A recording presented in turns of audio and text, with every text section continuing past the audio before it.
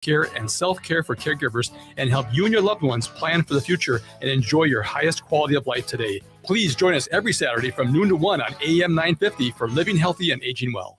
With a look at your AM 950 weather, I'm Patrick Lilia. Clear skies tonight with a low of 69, then more hot sunshine Tuesday with a high of 95. Cafe Latte is unlike any restaurant you've ever experienced. Grab a tray and pick from their award-winning selections of soups, salads, sandwiches, and mouth-watering desserts. Cafe Latte, Victoria Street and Grand Avenue in St. Paul, or cafelatte.com. Portions of the following program may be pre-recorded. The views expressed and the opinions given by the individual host, guest, random reptoid, or chupacabra may not necessarily reflect those of AM 950 Radio, its affiliates, or its sponsors. Now, it's time to step into the unknown.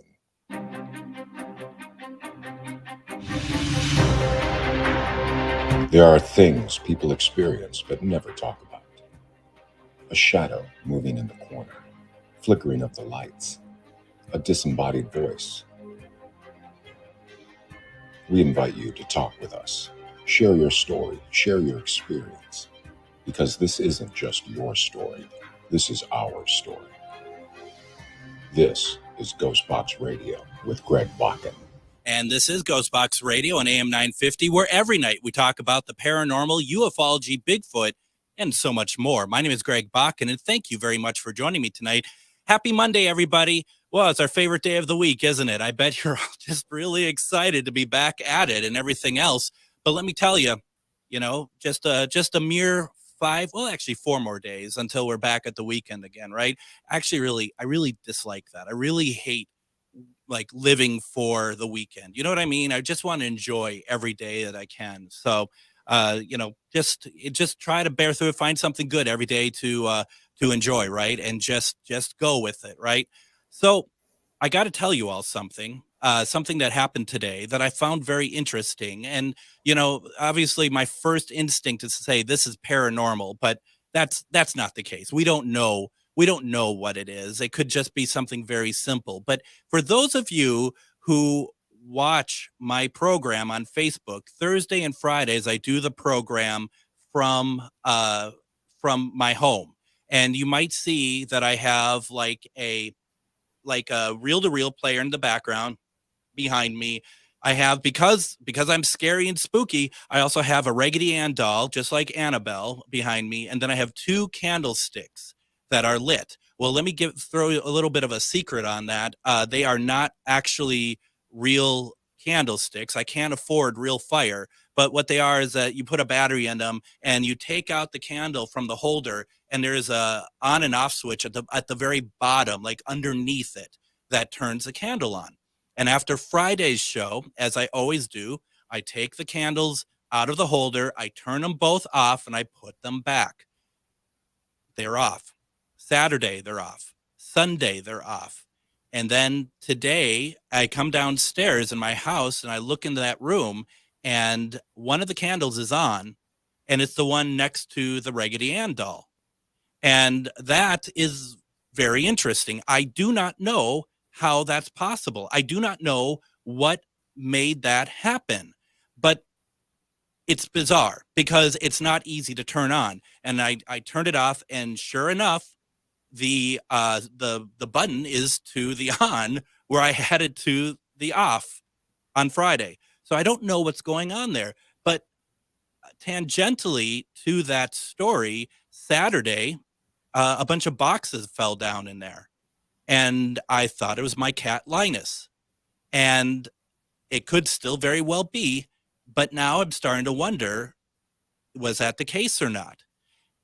Finally, to this story, Shar, actually, the day I brought that doll into the house, the minute, not the day, the minute I went outside, grabbed that doll and brought it in because I got it from Etsy, she messages me and she says, do you know, and I can't remember the person's name. She gave me a man's name.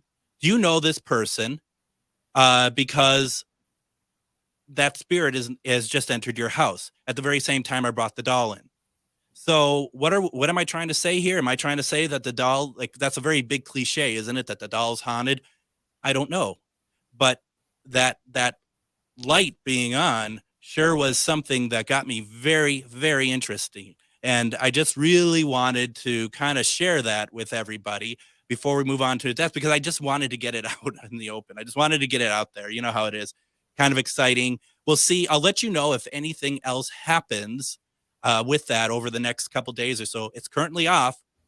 Quite frankly, it could stay off. That's all I want. But that is my paranormal studio story that I needed to share with everybody. So from there, we're going to move on to our guest tonight, who we've had on before. I'm really excited to have her on again. And there's another reason why I'm really excited to have her on.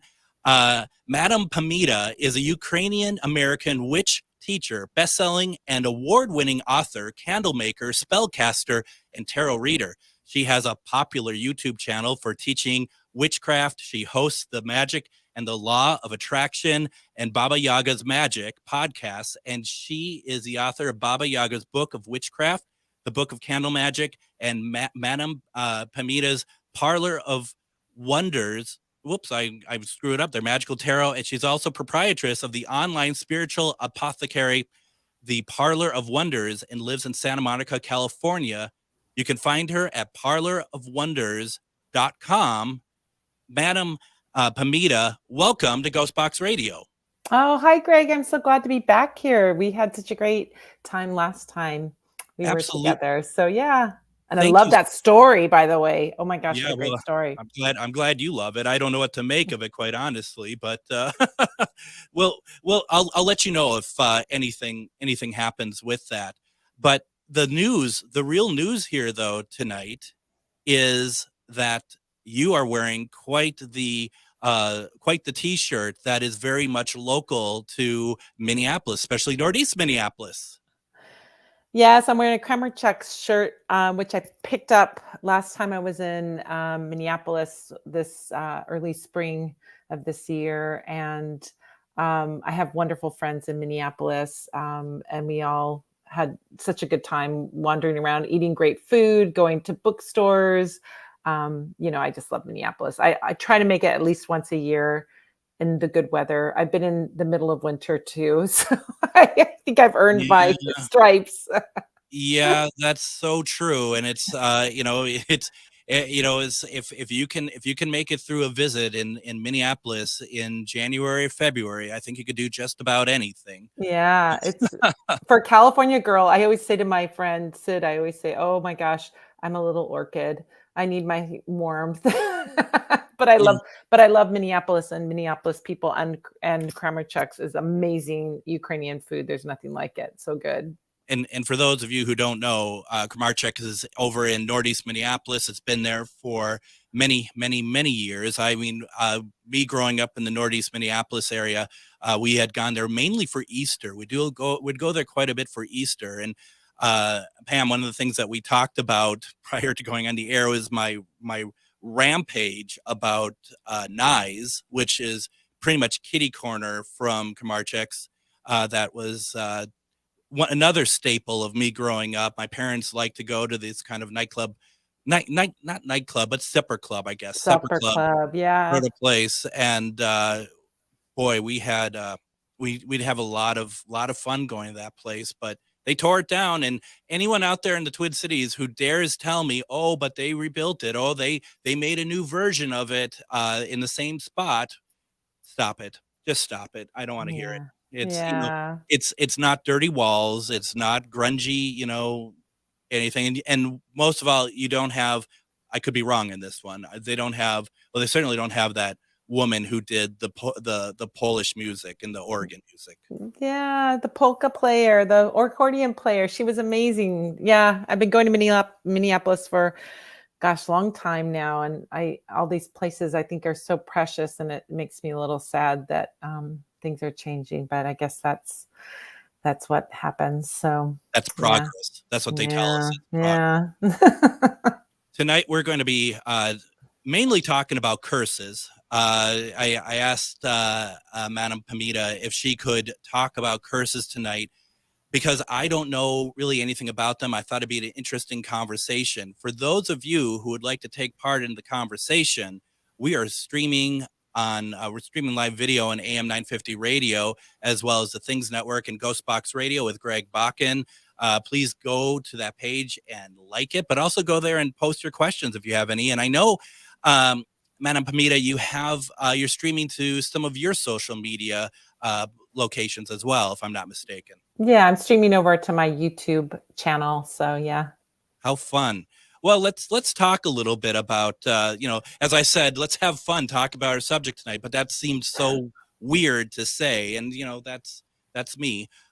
Curses, one of the things as I'm trying to formulate what this show is, one of the things I was thinking about is like all the things that I've always been curious about. And one of them, is curses. And is there a difference? And I know a lot of these questions I'm going to ask are going to sound very like rudimentary and very much a novice, and I certainly am. So, but I'm hoping that it helps other people out there who've always wanted to know as well. Like a spell and a curse, are they the same thing? Well, spells can be done, for any purpose. I mean, we can curses would fall under the umbrella of spells. Certainly, that would be. But you can also pick up curses from things like the evil eye. I would consider that to be a subgenre of curse that isn't a spell. So the difference between that is a curse, I would say, is something that is intentionally and maliciously sent towards someone versus an evil eye energy, which is also a negative energy and also can show up in many ways like a curse, but can be done intentionally, but often is done unintentionally. And that's usually because someone has envy or jealousy or has a bad feeling toward you. They may not wish you harm, but that envy or jealousy then affects you in some way. So the evil eye is literally like you're talking about someone having some kind of strong emotion towards you, opposed to like some sort of like, say, a curse that's on some kind of object or something. Oh yeah, so you can curse an object, you can curse a person, you can curse a place. I mean, any of those can be absolutely cursed. But you could also equally put beneficial or good energy on something as well. So I often say to people that ask about curses, because I have clients that come to me and they think, there's a series of events that are happening, a series of unfortunate events that are happening in their life.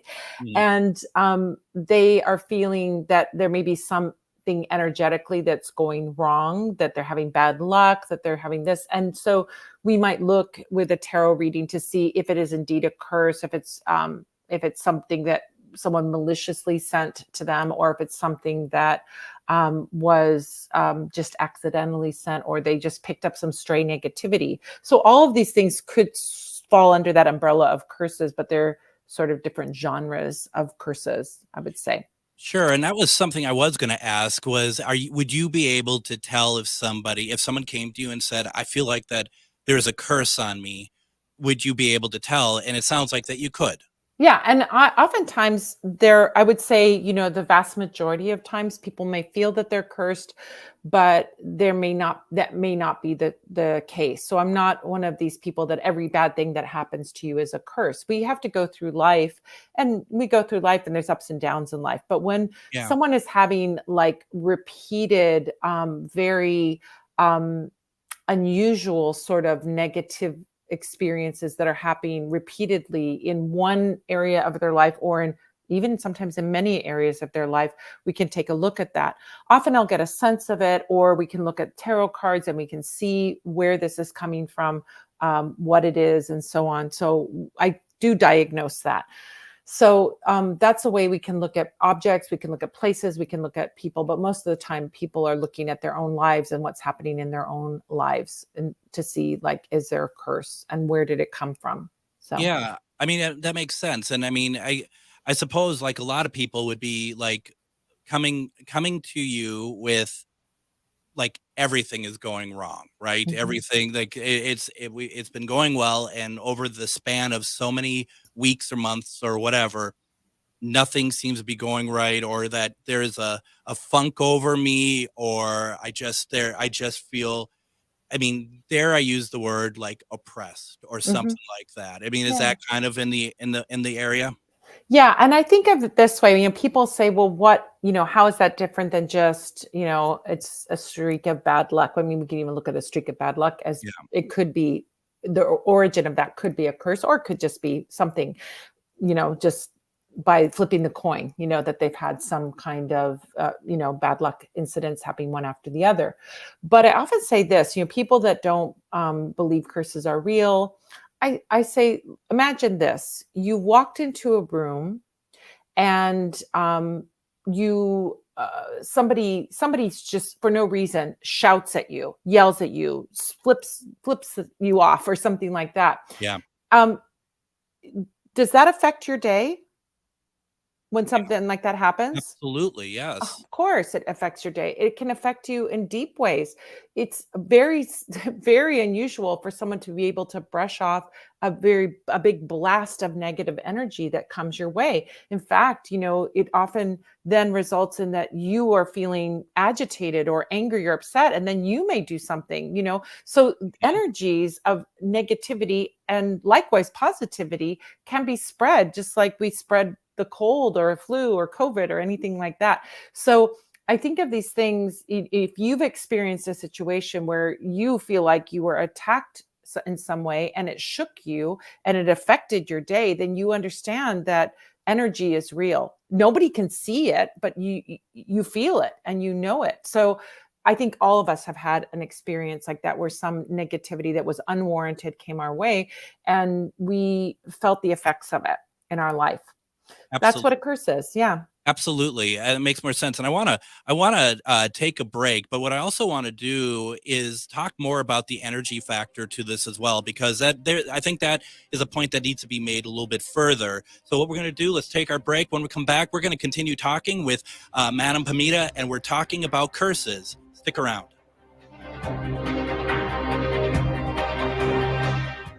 Hot from 30 Bells on Main Street in Hopkins, my co-founder Tom and I developed our restaurant to celebrate everything Midwestern cuisine has to offer. Our upbeat neighborhood gathering place brings together bright personalities, bold recipes, clean ingredients, and craft spirits that play with the unique flavors of the Midwest. The menu at 30 Bales is inspired by seasonal ingredients grown close to home. Some favorites include our devilish eggs, beet salad, short rib pot pie, and our decadent burgers. Join us for lunch, dinner, and weekend brunch. Go to 30bales.com to learn more. Hey, it's Patrick for Zero Res. Allow me to give you a couple of the most important cleaning tips that you need to know. Vacuuming is not sufficient to maintain the cleanliness and lifespan of your carpet, period. My friends at Zero Res use their platinum-rated cleaning system that safely and effectively removes all that deeply embedded nasty dirt, dander, and bacteria. Not only does the patented Zero Res process clean better than anything on the market, surfaces dry faster, and your home and business will stay cleaner longer, guaranteed. July is National Carpet Cleaning Month, and because of that, check out this amazing deal Zero Res has going. Zero Res is offering 3 rooms starting at just $129 and get a 4th room free. It's also the perfect time of year to get your air ducts cleaned this month and take 20% off any air duct cleaning. Call 952-ZERO-RES or go to ZeroResMinnesota.com and ask for the AM 950 special. That's Zero Res. Tune in for Philosophy Talk, the program that questions everything. Except your intelligence. Coming up, Hypatia of Alexandria. Hypatia was a gifted ancient philosopher, mathematician, and astronomer. Her ideas were considered so dangerous, she was actually murdered for them. So what was so revolutionary and dangerous about Hypatia's philosophical ideas? Hypatia of Alexandria. Next time on Philosophy Talk. Philosophy Talk, every Sunday at 8 a.m. on AM 950. And welcome back to GhostBox Radio on AM 950. My name is Greg Bakun, and we are talking with Madam Pamita, and we're talking about curses. And in a way, I think this is all part of what you do in the sense of total knowledge or whatnot. But you are very much the opposite of curses. You're about love and light and good and stuff. Do you find yourself having these conversations often? I do, actually I do because I have clients, I work with clients, I teach students how to do spells, witchcraft and spells. And then I have clients, of course, that come to me, want me to do spell work for them or teach them how to do spells and so on. So, curses come up often. It's not a topic that I talk about once every year or something like that. Right. So It's it's, part yeah, of the job, so to speak. yeah, exactly. When so one of the things that we were talking about in the last segment was about energy, and I think that you answer that very well, but I feel like that I want to talk about it a little bit more. Is I have somebody who I recently got a reading from, who I admire and respect quite a bit, but she had said to me that she doesn't believe in curses. Do you see any reason why someone, especially in the field that you're in, wouldn't believe that curses exist? Well, I think it's probably, and I can't speak for someone else's, path or what they Sure. believe in or anything like that, but I do know that there is, um, I think it's probably, I'm guessing, a reaction to the fact that many people think that everything is a curse. Not everything is a curse. And so, Yeah. people think I stub my toe, oh my gosh, I'm cursed, that they think everything is a curse. So I know that curses exist. I've experienced this and I've experienced it with clients and I've removed curses. So if something is bad and you can do some action to remove it and you see a difference, I think that to me is the evidence that this is real. But I also think that there's some unethical scam artists that are out there, honestly, that if go in for a $5 palm reading, how is that person making any money to pay their rent if they're only doing $5 palm readings? Well, it's because you go in there, they look at your palm and they're like, oh, you've got this dark cloud over you, you're cursed, this and that. To remove the curse, you need to give me $1,000 and I'll do this thing. I think that's the reaction of that. So some people react in that way of like, there's no such thing as curses. And it's also a perfectly legitimate belief. If you don't want to believe it, I'm not here to convince anybody that it's real. I just know my own experience and what I've experienced and seen and worked with and seen the results of doing the work of removing those. So, yeah. Well, and so I don't mean to sound like a warmonger or someone who wants to go after people, but my research did go down a hole of like what how bad can curses get? I mean, what do you see happening with curses? I mean, how bad can it affect somebody? Well, I mean, there are curses, and there have been things like cursing. I mean, extreme curses. There's been things like cursing people. There's a spell called a doom spell, spelled Dume. Stands Hmm. for death unto my enemy. So there's a curse that you're wishing someone to die. That is a curse. I mean, that is a real curse, and that kind of thing can have obviously a detrimental effect on someone. There can also be curses that are creating havoc in your life, a horrible havoc in your life, or ancestral curses where you're not only cursing the person, but you're cursing their children and their grandchildren and their great grandchildren. And I have people that sometimes come to me that have ancestral curses that it's not anything that was even theirs. It was Yeah. something that belonged to their great grandparents or their grandparents. And so if you think about the old country, my grandparents are from Ukraine. Curses are real. I mean, this is a real Yeah. part of Slavic magic, is to prevent curses and to get rid of them. That's a big part of Eastern European magic. So, yeah. So when and doing the curses, and once again, I feel like that I am making myself sound worse than I am, but I'm just curious, when doing curses, what if a lay person does a curse? Is that even like a possibility, or does it need to be through somebody like a witch of some kind? Well, I think everybody it's possible for anybody. As I mentioned before, there are things like the evil eye. And a person may unintentionally be sending negative energy towards someone. The evil eye exists in Mediterranean culture, it's in Eastern European culture, it's in Latin American culture. We see this mal ojo and, evil eye and all of this stuff in Middle Eastern culture as well.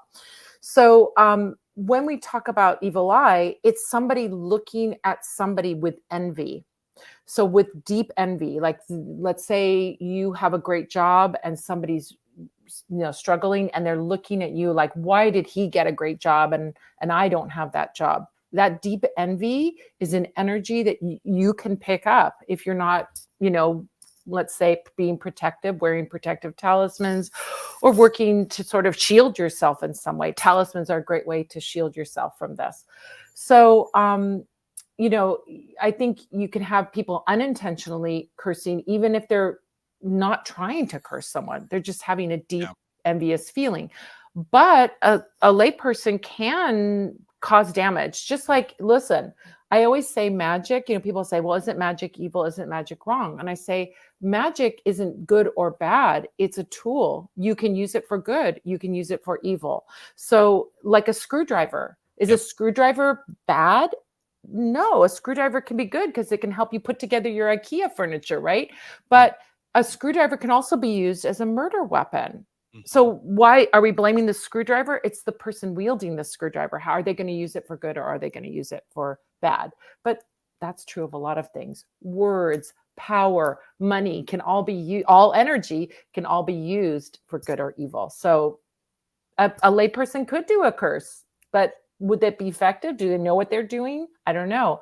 I think what happens a lot of times, people get very hot, very angry, they have a lot of feelings, and they feel like they need revenge, or they feel like, they need to punish somebody, and they don't just wait it out until they see how they feel a week from now, 2 weeks from now, a month, or 6 months from now. They want to act in the moment, and they get that hot head. So, it can happen. And that can happen. And then if they do that curse, I mean, are they at risk because they don't know what they're doing? Like, is there a risk to have some sort of backlash from that? Well, I do think that there is an effect that when you're giving out energy, I wouldn't say that it's like going to reflect back on you, but it does take something from you. And I've known people who are very intent on doing lots and lots of curses, and they get depleted. They get spiritually depleted. I think this is an energy that I mean, myself, as you mentioned earlier, I don't do curses. I say, I might be hot. I might be doing something. I might stop somebody from doing something harmful. I might bind somebody or do something to stop it, but I'm not going to, I'm very particular about that. That would take a lot for me to go down that road. Not to say I wouldn't go down that road or couldn't go down that road, but it isn't where that's not where I play, So. Kind of a mental state then, basically. Yeah. I want to preserve my energy, and I want to bring others up. I want to bring myself up. So I don't really go down that road very much. And probably a wise move, considering what you are and the type of spellcaster you are, and everything. I mean, everything about you is good. Everything about you is positivity, positive energy. And that's probably the way to live, quite honestly. I mean, it makes me wonder, without people even realizing it, how many curses, if for lack of better word, how many curses are out there just from people's envy and people being upset, and just like you said, being hot-headed. And I don't even mean people trying to put a curse on someone, but just because we as human beings, our first instinct for a lot of people is to get angry first. Yeah. Yeah. And I also think, we're talking about this, but I will say this, people, it can sound like very scary. If you think like, oh my gosh, every time I go out, I'm susceptible to a curse. It's good. How can I even live my life? I've got to be the boy in the plastic bubble, But this is the thing. I often liken curses, and the vast majority of curses are like stepping in dog poop. Right. That is not a pleasant experience. Nobody wants to step in dog poop. Yep. If you don't do anything about it. If you step in dog poop and then you go into your house and you walk all over your carpet, you've got a big mess. If you don't do anything about it, it is a big mess. But if you step in and do some work to spiritually cleanse, or you do some work to protect yourself, you do these things, you can get rid of it. It's like washing off your shoe before you go into the house. So that's why spiritual hygiene or spiritually cleansing is the solution. It's not hard. It's literally as easy as washing off your shoe. But the problem is most people don't realize that they've stepped in dog poop when they are being cursed, and they track it into their house. And that's when we see this chain of events where they have bad luck in their relationship, then bad luck with their money and their job, and bad luck with this and that and the other. So, yeah. That's a really interesting point, I think, because as, for example, turning it to the paranormal, like a paranormal investigation, a lot of us will cleanse after we get done with the investigation. That's just what we do. I know a good majority of the people I know do regular cleansings and whatnot, especially like the energy practitioners, spiritual worker, all that.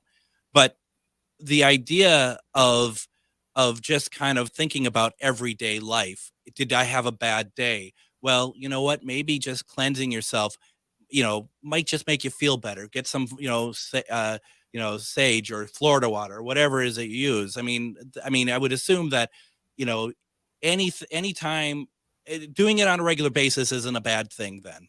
For the mundane, I should say, for the mundane parts of your life. Yeah, exactly. I mean, it's very, very simple. This is why I think like your friend that is saying, well, there are no curses out there, is as a rejection of what these scammy people say. They want to charge you thousands and thousands of dollars to remove a curse. I mean, the stories I could tell you of my clients coming to me and saying, someone told me I have an ancestral curse on me and I have to burn a candle for each year that I'm alive, and I'm 36 years old, and each candle costs $700. I'm like, are those candles made out of gold? I mean, what's going on here? This is somebody scamming you. And I have to often talk people down from that place where someone's created fear for them, and now they start to believe it. I think that in and of itself is a curse, when you start to feel disempowered because someone told you this. It's as simple as putting some sea salt and some Epsom salt in a bath, and going in a bath with a mindful state and saying, I remove everything that is not of me, is not on me anymore.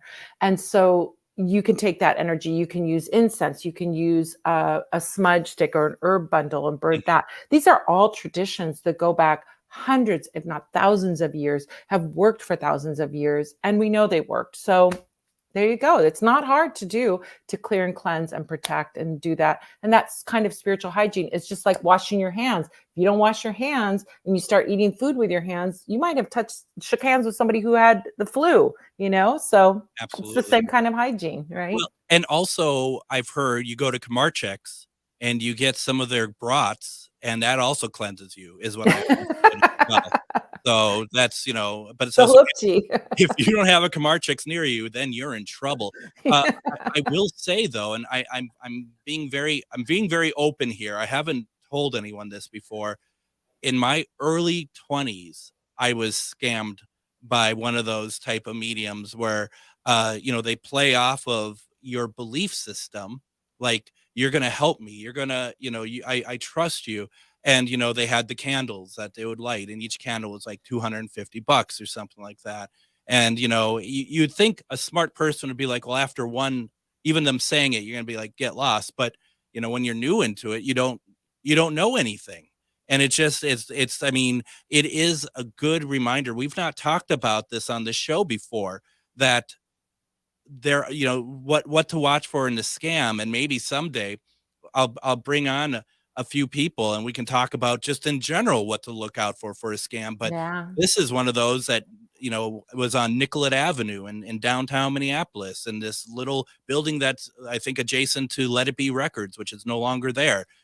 And you went upstairs, and it's amazing I even did it, because it was shady at that time. It felt shady at that moment, but yet there's that power of what's going to happen if I don't do this. And that's a real abuse of power, really. Yeah. I mean, oftentimes when people are going in for a reading or a session, it's because they're in distress in some way. They're feeling lonely, or some bad incident happened, and they want to see what's up ahead.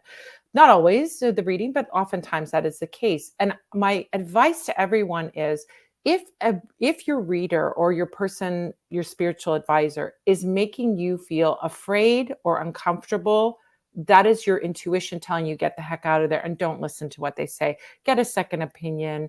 Try and find it and find somebody that makes you feel good, makes you feel comfortable, makes you feel empowered, can offer, like oftentimes when I talk to people about these things, I'm saying, look, here are the things you can do with things that you have in your cupboard.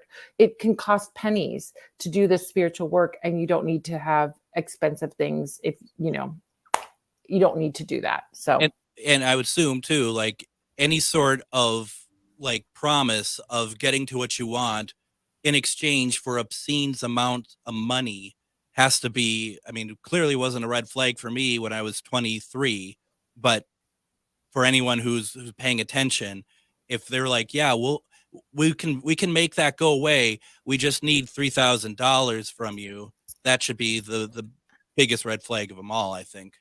yeah, they need to. And also too, a lot of times these places will not show you evidence that they actually did anything. Yeah. You need to see evidence. They can just say, oh yeah, I lit a candle, or show you a picture of a candle that's lit. If it doesn't have your name next to it, if it doesn't identify, or you can't see that candle in some way, then it's, they're probably not doing anything. And so even though you're going in with good intention and someone could do some work for you, they're probably not. And that's the sad situation that we're dealing with. But you know what? I say this, every profession has great people and every profession has scammy people. Yeah. You across the board. Yep. Doesn't matter. No, absolutely. Absolutely. And the only thing I remember is when I would leave the place, I could hear like uproarious laughter from inside when I was leaving. I thought someone told them a good joke. No, actually that never happened, but still they might as well have. Let's do this. Let's take another break here.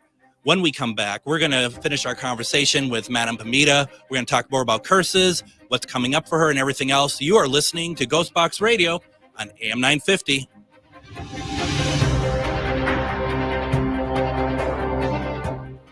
This is Elizabeth, the host of Exploring Sovereignty with Elizabeth. Each week, our show explores higher consciousness and pathways to freedom with heart-centered thought leaders. We shine a light on your brilliance, what you pay attention to, and how that has supported your process of becoming free from the heavier issues that affect you.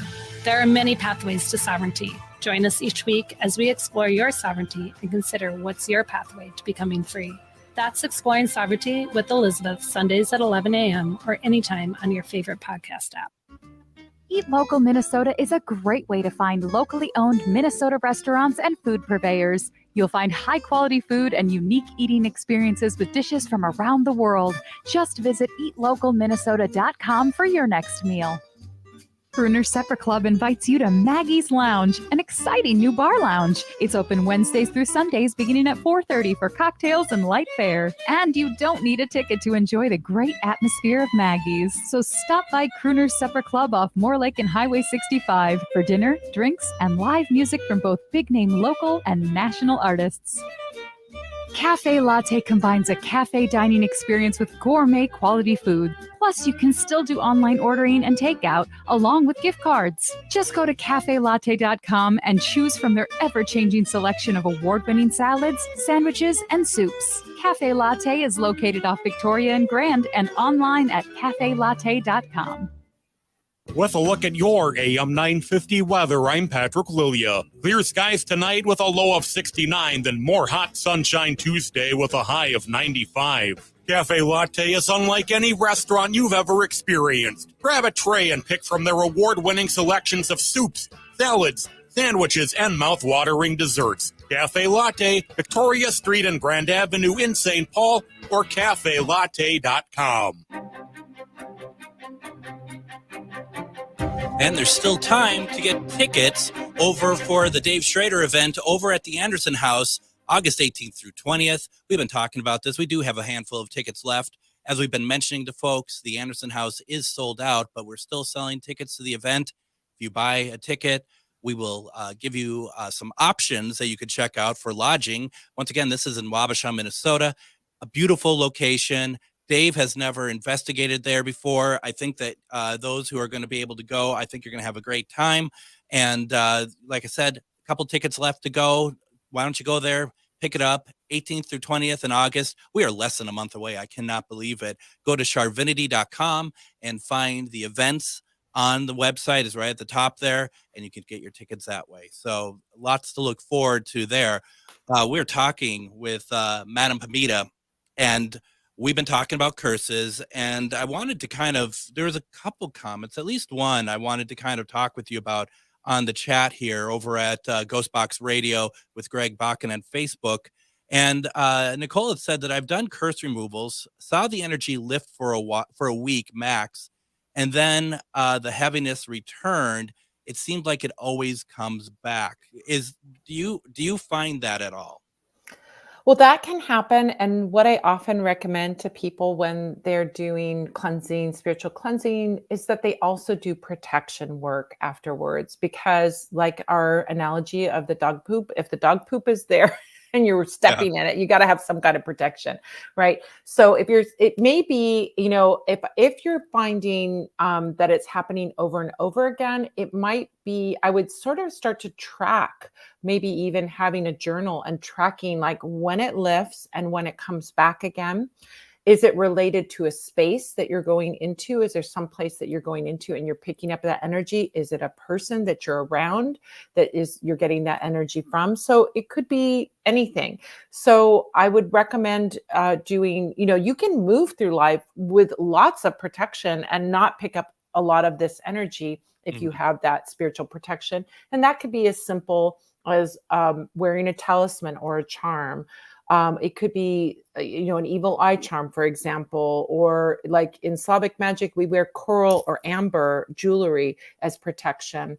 You can also, use like a spiritual oil. Like I have an oil that we make called Powerful Protection. It makes you invisible to your enemies, spiritually invisible. You're not actually invisible, but you're spiritually invisible to your enemies so that they can't get in there and get that negativity toward you and attached to you. So I would start journaling to like see when does it happen again, and if there's some kind of common denominator of when it comes back. But in the meantime, you can also be wearing talismans or working with other products that are about spiritual protection. Now, Della Ann from YouTube says, "Hello, beautiful." I guess my response to that is hello. But what are you laughing for? Anyway. You want to arm wrestle me for that comment? Can we both be beautiful? Yes, I think we are. in our own strange ways. I guess I'm talking about myself with that. I don't even have a Kamarchik shirt. I didn't even know they sold them. It makes sense. I mean, I don't. Oh my gosh. Well, listen, I got this one because it's in I'm Ukrainian, and it's in the Ukrainian colors, and on the back it says kovbasa, which is in Cyrillic, which is the word for sausage. But they have other, because they sell food from all different countries. Yeah. They have different colors and different words on the back. I think I bought one from one of my kids, and it said beef sausage or something on the back of it. Yeah. Well, and I have a Polish background, so definitely pierogi. Pierogies. Yeah. The sad thing is, and I've always feel bad for my mother, was that we're told in the family that she made the best Polish food, and I cannot stand any Polish food. I can, no matter how much I try, cabbage rolls, just pierogies are okay. I'm embarrassed to say that. I feel so bad because she had made the best food, and both you my should be embarrassed. That's great food. It is. I know. And both my sister and I, maybe my sister now over time, maybe her taste buds had changed, but I just never, and I don't like cabbage. I just don't like it. No matter how much I've tried it, all of that stuff. I can't. Sauerkraut and all that stuff. No, thank you. Gosh, you must be a super taster. You taste all the bitter stuff normal people. I do. I have quite the palate. I'm not saying it's good or bad, but I have quite the palate. So I want to talk a second. You, I would assume, identify as you say a witch, a teacher, best-selling. is that white witch, right? Yeah, I mean, I wouldn't use the term white and black as, that to me is kind of a delineation. People say white witch or gray witch or black witch, but I think it also has a connotation that when we look at white as good and black as bad, it feeds into racism, right? Sure. So I don't like using that terminology. I would say I'm Glinda the Good Witch, Right. who was kind of, she was no slouch when it comes to witchcraft. So I look at myself and I'm like, what do I want to create in the world? What legacy do I want to leave? And I want to bring good into the world. I want this world to be better. That saying, when you go camping, leave it better than you found it. Take away the trash, take away those things. So that's kind of my philosophy in life, is I want to make this world a better place, not wreak destruction. There's no need for it. It doesn't solve anything. It doesn't, so yeah. What do you think about then witches I identify as gray witches, or let's say ones who kind of don't, they don't care. It's the way I've kind of look at it, is like whatever side, whatever needs to happen that might be on either good or bad side. What do you think about that? Well, I think one of the things that for me is so empowering about following a witchcraft path is that you get to decide for you.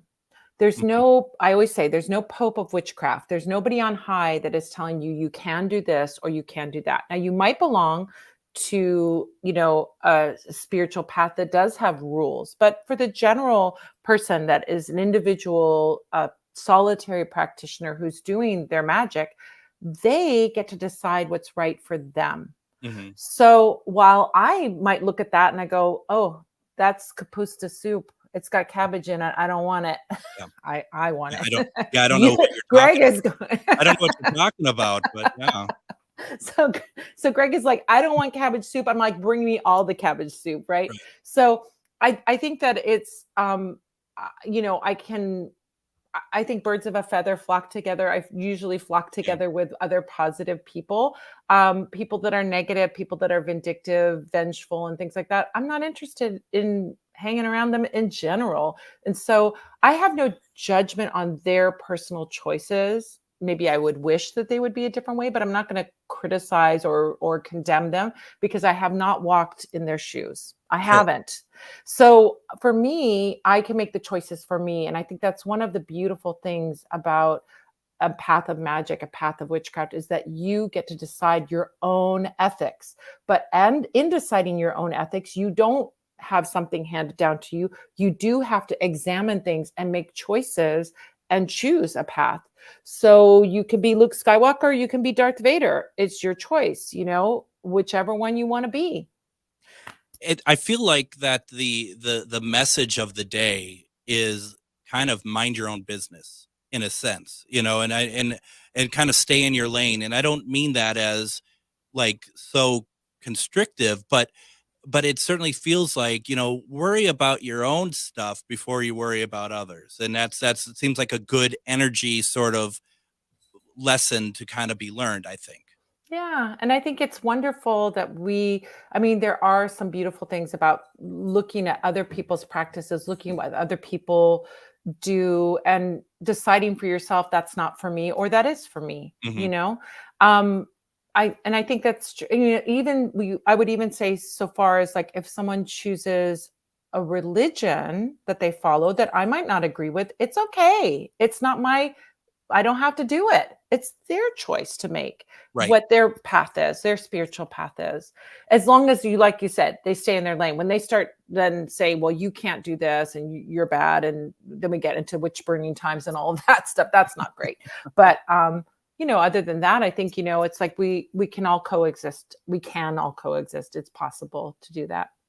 Yeah, that'd be nice, wouldn't it? Yeah. Yeah. So I was also curious, we were talking earlier about just, knowing, wondering if you have a curse, wondering if, how things are. Say that you don't know one way or the other if you have a curse, and you're just feeling like you might have something, and I've heard of spells like return to sender spells, stuff like that. Do those have any value to them? Those are great spells. We call them reversing spells, return to sender spells.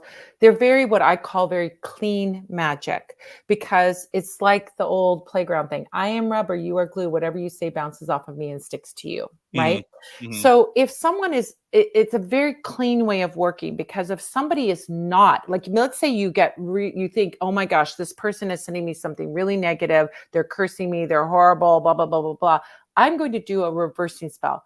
Say that person is innocent, they're not doing anything wrong. Then if their energy is neutral toward you or positive toward you, and you do a return to sender, you're not sending anything negative back to them. So you're not cursing them, you're only sending back their energy to them, right? Right. We see this in a lot of spiritual practices. I mean, from feng shui with bagua mirrors, which are mirrors meant to send back any negativity sent your way. So this is a very clean way of working, because it's foolproof. Whatever they're sending to you, you're sending back. If they're sending good or neutral back, you're sending good or neutral back. If they're sending something negative, you're sending their negativity back to them, and let them deal with their own negativity. But it's clean. You're not cursing them. You're just sending their energy back. So the one that I've seen before and I have used in the past also has it where it's, you're sending that energy back, and it states if they send it, whatever energy they send back comes only as love and light, only as, and I really always thought that was very, very good, and very much in the vein of where I want to be in this community, of being able to, like, it's not about it's in a way, it's about redemption, I guess, in a way, just being able to, let's just be good people, right? And I think it's almost more powerful to do it energetically, that you can have that aura, you can be the best person you can be. I just, there's so much negativity that I love that in that return to sender spell that I had, that a friend gave me, that it was whatever came back comes back as love, regardless of their intention. yeah, that's lovely. That's lovely. Yeah, yeah, it is. It is nice. And, and everyone, and I know a fair number of witches, and I know a fair number of mediums, and I find it very fascinating that everyone is very positive. If you do run across anyone who has more ill intent or anything, I haven't seen it yet, and I've been doing this for a very long time. So I find that good, and that I find that maybe your message might be slightly different than other people's message, but overall it's the same. It's the same. It might be some different words, might be some unique new takes that I haven't seen before, but at the end of the day, everyone is hoping for the same thing, and I think that's a real testament to that community. Absolutely. I know amazing, amazing witches. And I yes, you cannot throw a rock without hitting an amazing witch in my world, at least, I Right. surround myself with them. So I was yeah, going to say that, like, energy. You've been talking about that. yeah. Absolutely. Like attracts like, so. Like always attracts like. Now we have less than 2 minutes left. What are you working on right now? Any new books? Yes, I got a new book coming out in September. It's called Cancer Witch, but it is about the astrological sign Cancer. So Ivo Dominguez Jr., who's another amazing, wonderful, positive witch, and I love him so much. He authored this series of 12 books, one for each of the zodiac signs, but he partnered with another witch who was of that sign, who could give the perspective of that sign. So we have a whole series. There's a whole series: Aries witch, Taurus witch, Gemini witch, Cancer witch, Leo witch, and so on. All of the signs have their own individual books. And so I was brought on board for the Cancer witch one because my son's sign is Cancer. I just had my birthday July 5th. Wow. And so that's what I was doing. That's coming out in September. They've already started dropping some of the books. I think Aries, Taurus, and Gemini are already out. The next 3 will be coming out in September, so including Cancer Witch. And Nicole asks, is it based on Western or Vedic astrology? It's based on Western astrology, which is what most people in the States, which is Llewellyn is the publisher. This is where we are and who we are. So this is, based on that. No, that makes sense. Now, and then for anyone who wants to keep up on what you're doing, would you suggest going to parlorofwonders.com? Yeah. So if you go to Parlor of Wonders, it's spelled the fancy way, PARLOUR of Wonders. That's my headquarters. You can find me, a bunch of other amazing readers, talented readers. We do spell casting. We also make beeswax candles for spells. We make spell kits. We have supplies. We have workshops and classes. I teach tons of Zoom classes, and I occasionally teach live classes in person as well. We have all kinds of fun things. I have a Patreon that it's called The Coven, and you can be in my coven and participate with me in fun ways. So there's lots and lots of fun things that are going on at the Parlor of Wonders. Appreciate it very much. We got to go. We'll see everyone tomorrow. Take care, everyone. Join me, Tom Hartman, where smart people get their news. The Tom Hartman Program on AM 950, KTNF, St. Louis Park, Minneapolis, St. Paul. The Progressive